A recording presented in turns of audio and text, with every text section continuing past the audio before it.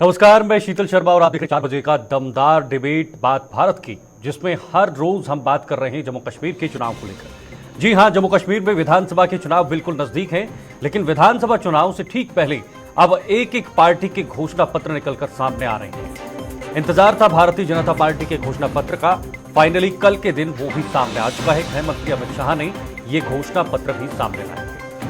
लेकिन तमाम जो बातें इस घोषणा पत्र के अंदर रखी गई हैं, जो दावे किए गए हैं, जो मुद्दे लोगों के सामने रखे गए हैं, क्या इस घोषणा पत्र का वजन आम लोगों के बीच और मैदान पे असर करेगा या नहीं, ये देखने वाली बात है। लेकिन फिलहाल इन तीनों घोषणा पत्रों में, यानी जो प्रमुख पार्टियां हैं, चाहे वो पीडीपी हो, नेशनल कॉन्फ्रेंस हो या फिर भारतीय जनता पार्टी हो, नेशनल कॉन्फ्रेंस ने 370 को बहाली का वादा किया, स्टेटहुड का वादा किया।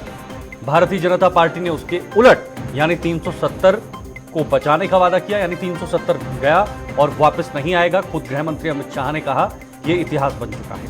लेकिन पीडीपी ने भी 370 की बहाली या फिर स्टेटहुड को लेकर या पीएसए को हटाने को लेकर तमाम ये अपनी बातें इस मैनिफेस्टो में रखी हैं। कुछ प्रमुख बातों पर आज हम विचार विमर्श करेंगे। सभी जो पार्टियां प्रमुख पार्टियां हैं, उनके मैनिफेस्टो की 5 बातों पर आज बातचीत करेंगे, जो उनके प्रमुख मुद्दे हैं, वो लोगों के लिए कितना असरदायक है। आज गृह मंत्री अमित शाह ने एक बार फिर से जम्मू के प्लोरा में रैली के दौरान विपक्ष पर निशाना साधा। उन्होंने इस दौरान क्या कुछ कहा और कैसे उन्होंने 370 का फिर से कहा कि 370 वापस नहीं आ सकता। वो एक बार चले गया और किसी की हिम्मत नहीं कि जम्मू कश्मीर के अंदर धारा 370 वापस लौटे। सुनो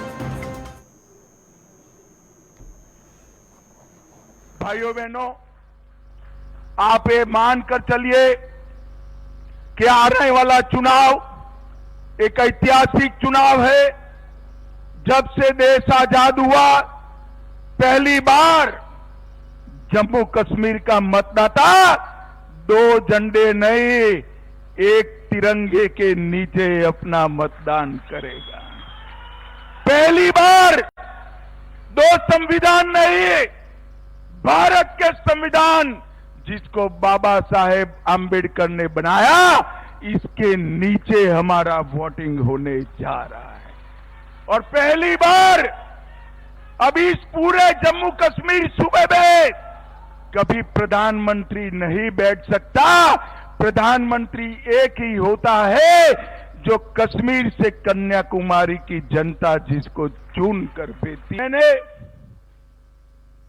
एक प्रेस कॉन्फ्रेंस कर दिल्ली में नेशनल कॉन्फ्रेंस और कांग्रेस के विभाजनकारी एजेंडे को उजागर किया था, मगर आज मैं आप सबके सामने आया हूं और मैं सबसे ज्यादा भरोसा मीडिया पर नहीं करता, आप पर करता हूं, क्योंकि मैं भी आपकी जमात वाला हूं भाई। मैं भी बूथ अध्यक्ष रहा हूं। मैं आज आपके सामने एक एक कर 10 एजेंडा फिर से रिपीट करना चाहता हूं। मैं पूछूंगा तब आप हाँ या ना में जवाब देंगे। करोगे क्या?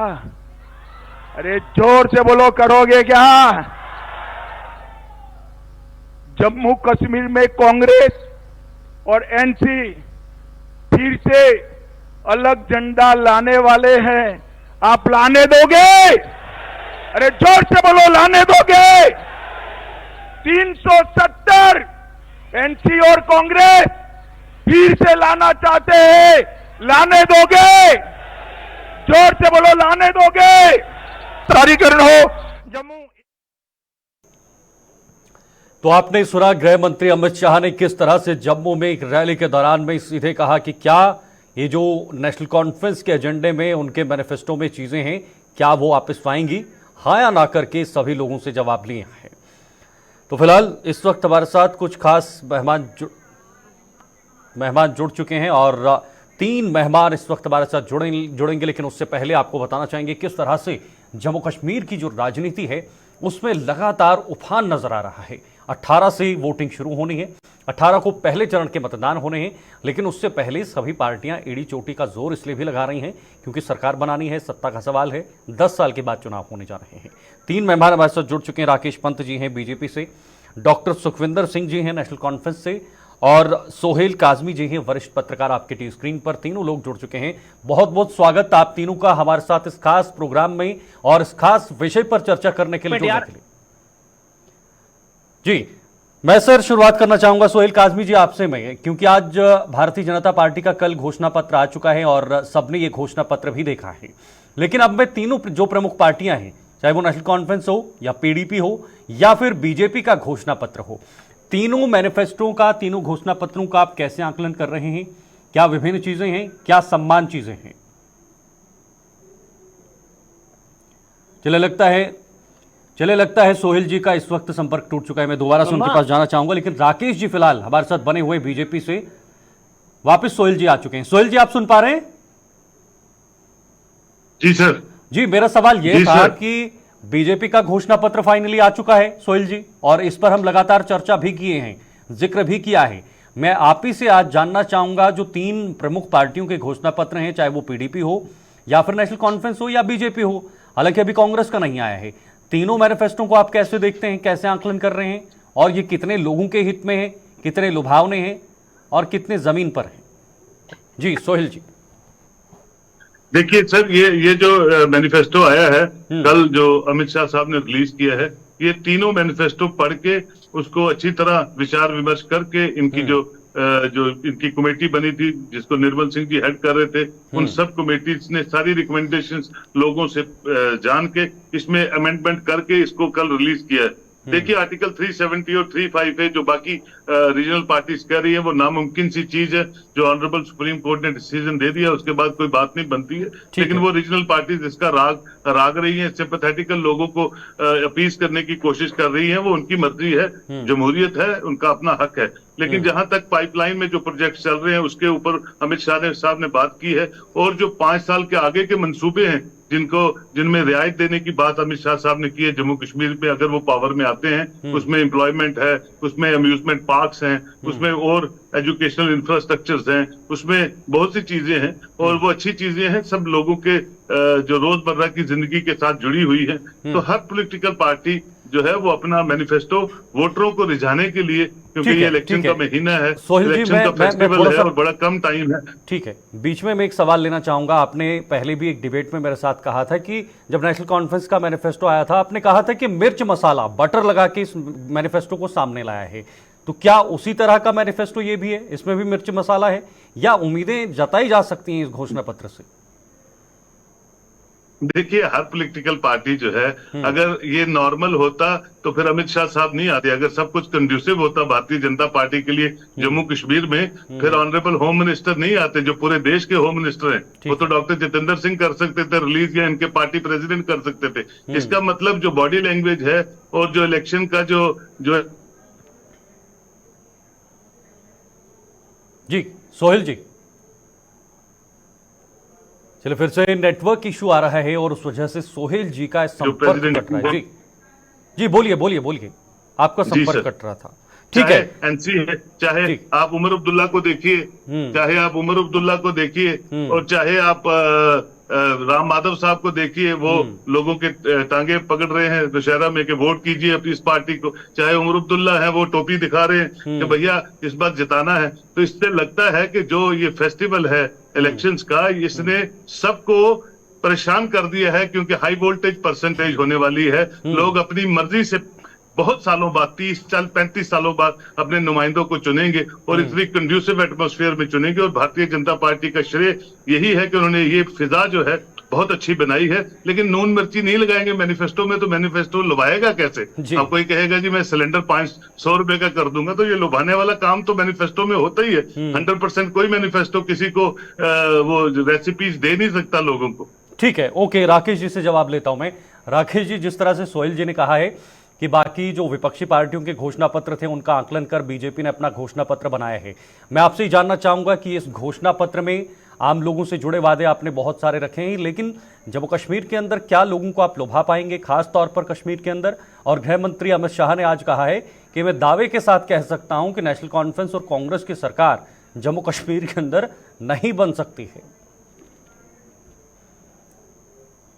सोहेल भाई की एक बात मैं उनका जिक्र करना चाहूंगा कि उन्होंने कहा कि भारतीय जनता पार्टी ने एक माहौल एक फिजा ऐसी बनाई है कि बहुत ज्यादा तादाद में यहाँ पर वोटिंग होने वाली है, जैसे संसदीय चुनाव में हुई। तो यही इसी का नतीजा है कि राहुल गांधी डोरू और संगलदान जाकर अपनी सभाएं कर रहे हैं। ये धारा 370 टूटने का ही नतीजा है। उसके पहले तो इन्हीं दोनों पार्टी के ऊपर ये इल्जाम लगते रहे हैं कि इन्होंने लोकतंत्र की जम्मू कश्मीर में हत्या की। यहां तक भारतीय जनता पार्टी का सवाल है। भारतीय जनता पार्टी किसी का मैनिफेस्टो, किसी का घोषणा पत्र, उसका आंकलन करने के बाद अपना मैनिफेस्टो नहीं बनाती। भारतीय जनता पार्टी जम्मू कश्मीर के लोगों की नब्ज जानती है। वो उनके साथ उनका जो रिश्ता है भारतीय जनता पार्टी का, दिल का रिश्ता है प्रधानमंत्री जी का। हमेशा प्रधानमंत्री जी कोई भी बड़ा त्योहार हो, कोई भी बड़ी चीज हो, जम्मू कश्मीर में मनाते रहे हैं। तो ये साबित करता है कि प्रधानमंत्री जी के दिल में जम्मू कश्मीर है और जम्मू कश्मीर के दिल में प्रधानमंत्री जी है। इसी बात को लेकर हम लोग कहते हैं कि भारतीय जनता पार्टी इस बार 50 का आंकड़ा पार करेगी और यहाँ पर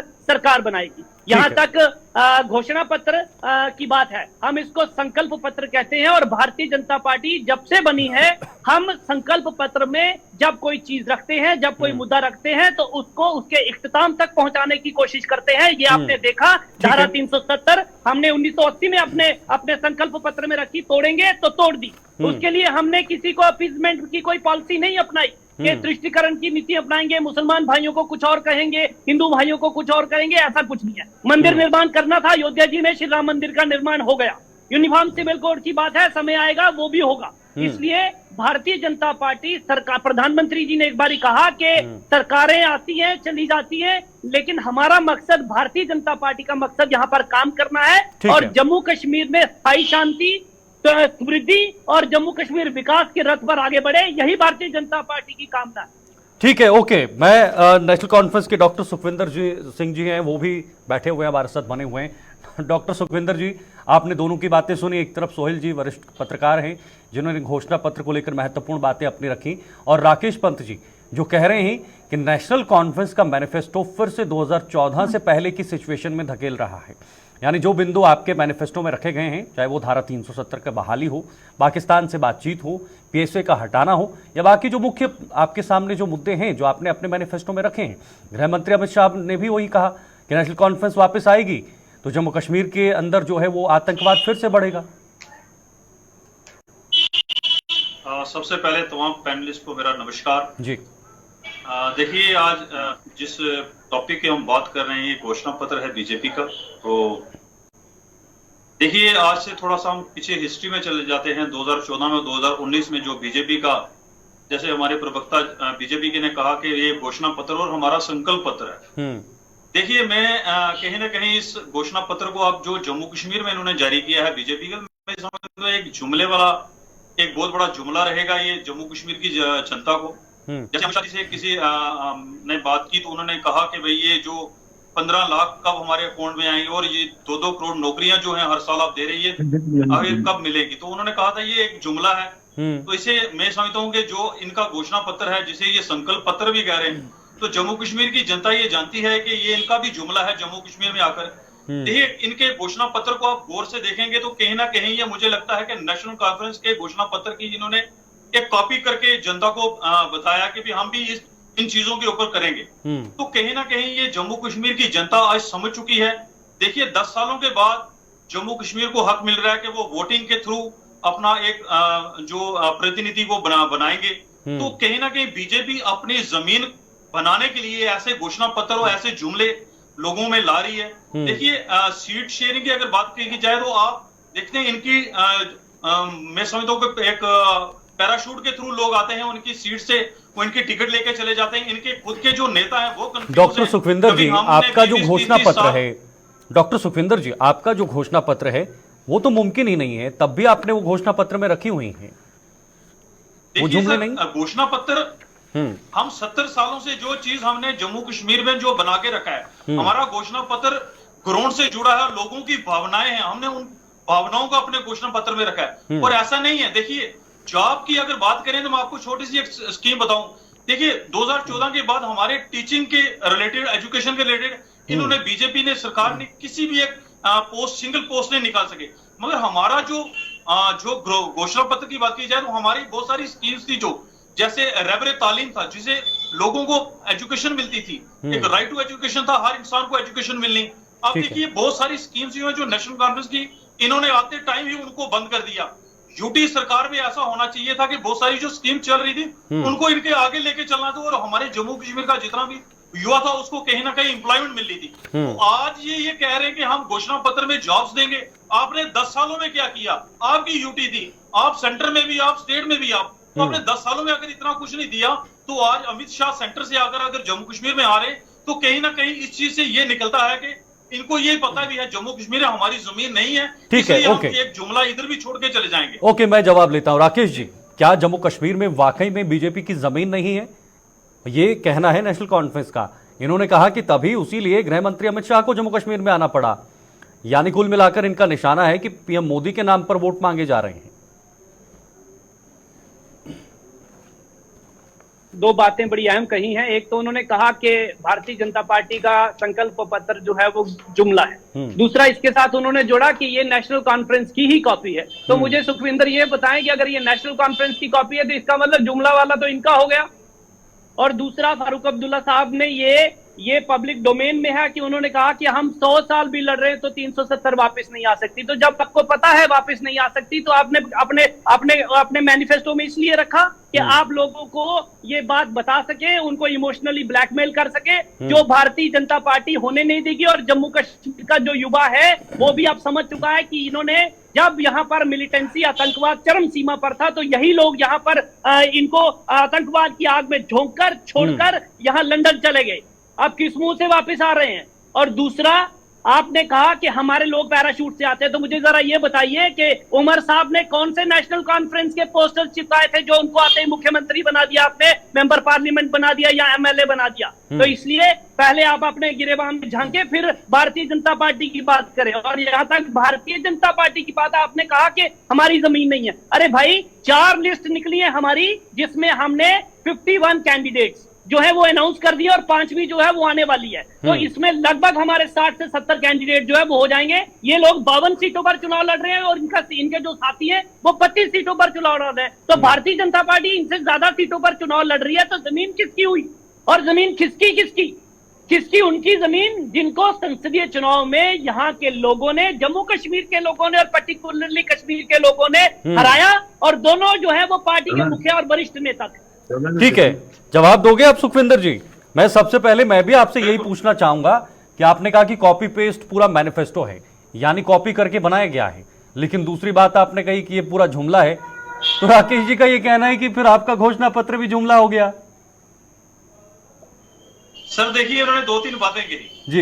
इन्होंने कहा कि हम अगर मेरे से कहा कि इन्होंने हमारा घोषणा पत्र जुमला करके, देखिए हमारा घोषणा पत्र वो है जो हम पूरा कर सकते हैं। आपने 2 करोड़ नौकरियां नहीं दी हैं, 15-15 लाख रुपया लोगों का आज तक अकाउंट में नहीं आया है। इसका मतलब आप हर चीज को बढ़ाकर बताएंगे, लोगों को इमोशनली ब्लैकमेल करने की वजह आपको ये पता है कि हम ऐसी चीजें करेंगे तो लोग हमें वोट करेंगे। मगर इस बार जम्मू कश्मीर का आम जो नागरिक है वो समझ गया है, वो समझता है कि आपका घोषणा पत्र एक जुमला है। नेशनल कॉन्फ्रेंस वो जमात है को जम्मू कश्मीर के हालात को समझती है, और यहाँ के युवा को ही अगर कोई संभाल सकता है, अगर कोई अच्छी जॉब दे सकता है, यहाँ की अच्छी पॉलिसीज अगर कोई चला सकता है जम्मू कश्मीर को, तो कहीं ना कहीं वो नेशनल कॉन्फ्रेंस वाइड एक सरकार है।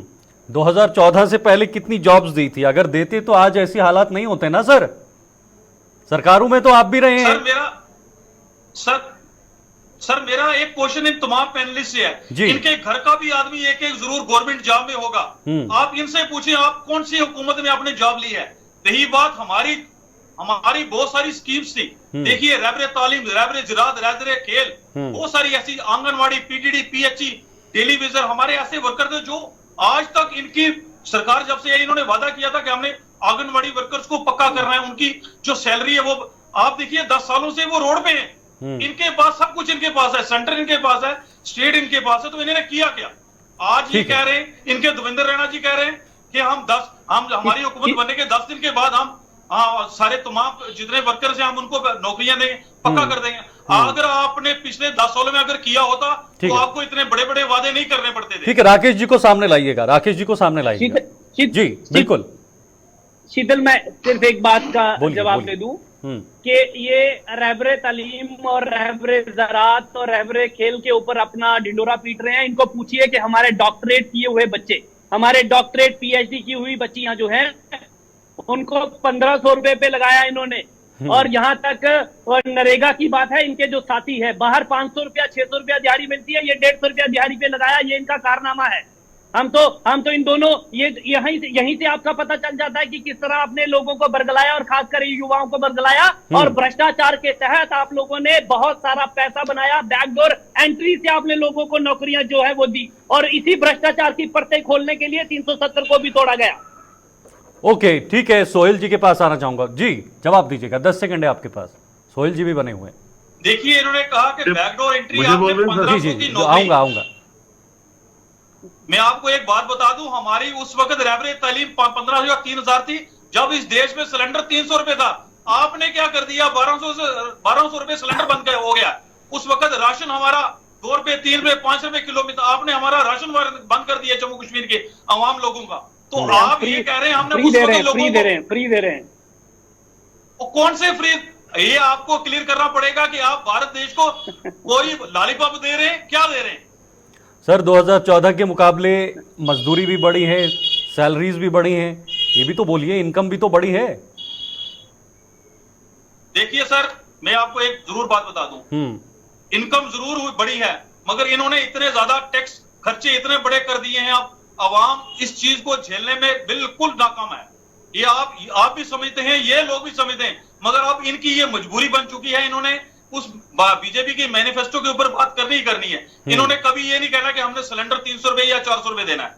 देखिए नेशनल कॉन्फ्रेंस ने कहा हमने सिलेंडर देने, इन्होंने कहा हमने भी सिलेंडर देने।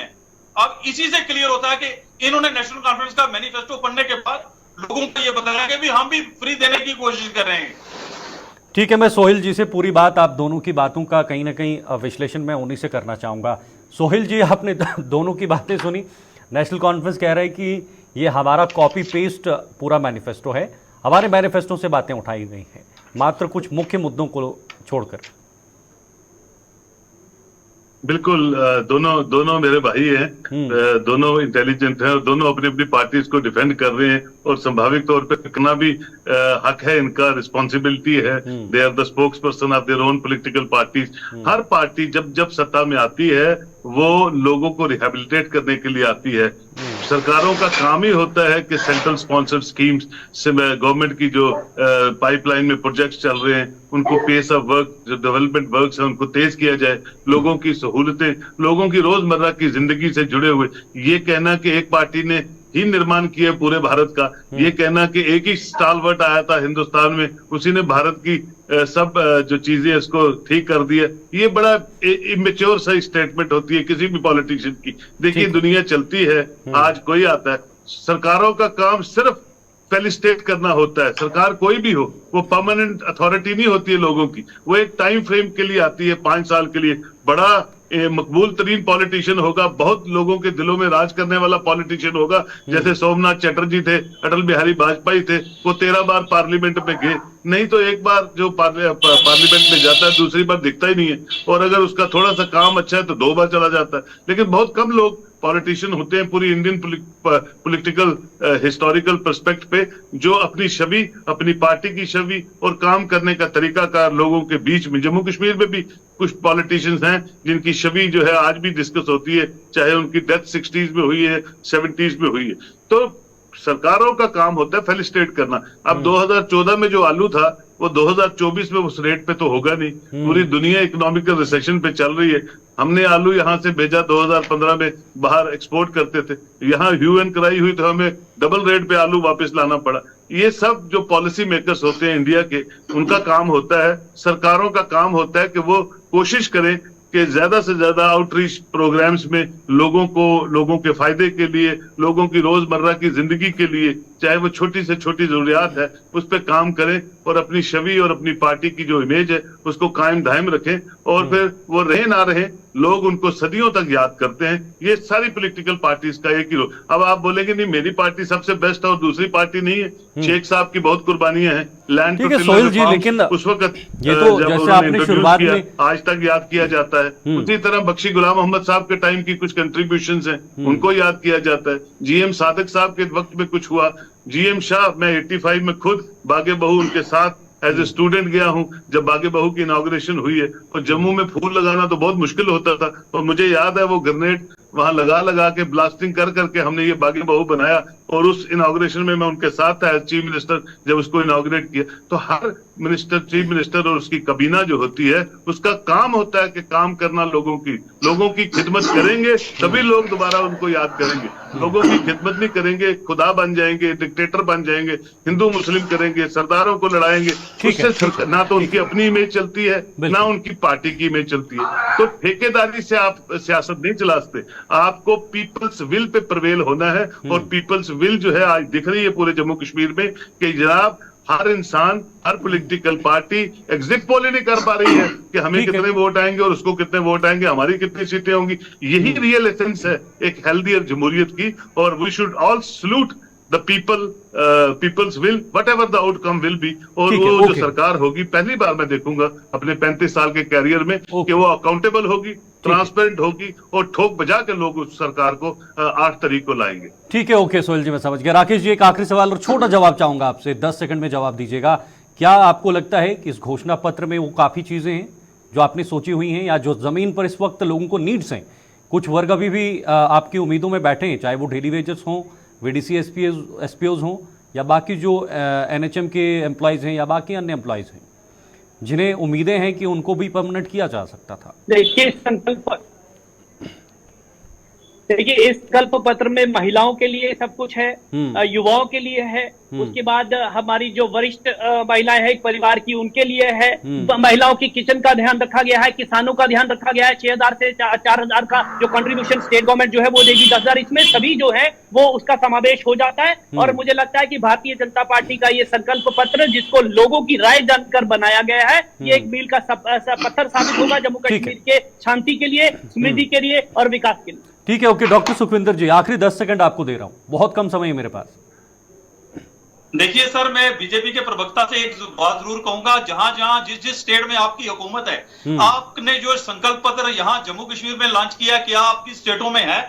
लास्ट पॉइंट मेरा एक ही है, इस बार जम्मू कश्मीर में पीडीडी, पीएचई, एसपीओज, आंगनवाड़ी वर्कर को नेशनल कॉन्फ्रेंस उनका हक जरूर देगी, और ये इसमें कोई शक नहीं है, इस बार हम सरकार भी बनाएंगे और बनाने भी जा रहे हैं। ओके, बहुत बहुत शुक्रिया आप तीनों का हमारे से जुड़ने के लिए, और ये महत्वपूर्ण चर्चा करने के लिए, फ्रूटफुल चर्चा करने के लिए, समय देने के लिए। तो फिलहाल घोषणा पत्रों को लेकर सियासत जारी है। एक तरफ नेशनल कॉन्फ्रेंस, पीडीपी, कांग्रेस सरकार पर निशाना साध रही है, लेकिन दूसरी तरफ बीजेपी भी लगातार विपक्ष को जो है वो घेरने का काम कर रही है। खुद गृह मंत्री अमित शाह ने सीधे सीधे आज ताल ठोक के मंच पर कहा है कि सरकार हमारी बनेगी और हमारी ही सरकार आगे तक चलेगी। देखना होगा कि 8 अक्टूबर को जब परिणाम सामने आएंगे तो किसके हित में होंगे, किसका ऊंट जो है वो करवट लेगा। अभी के लिए फिलहाल इतना ही, दीजिए इजाजत, नमस्कार।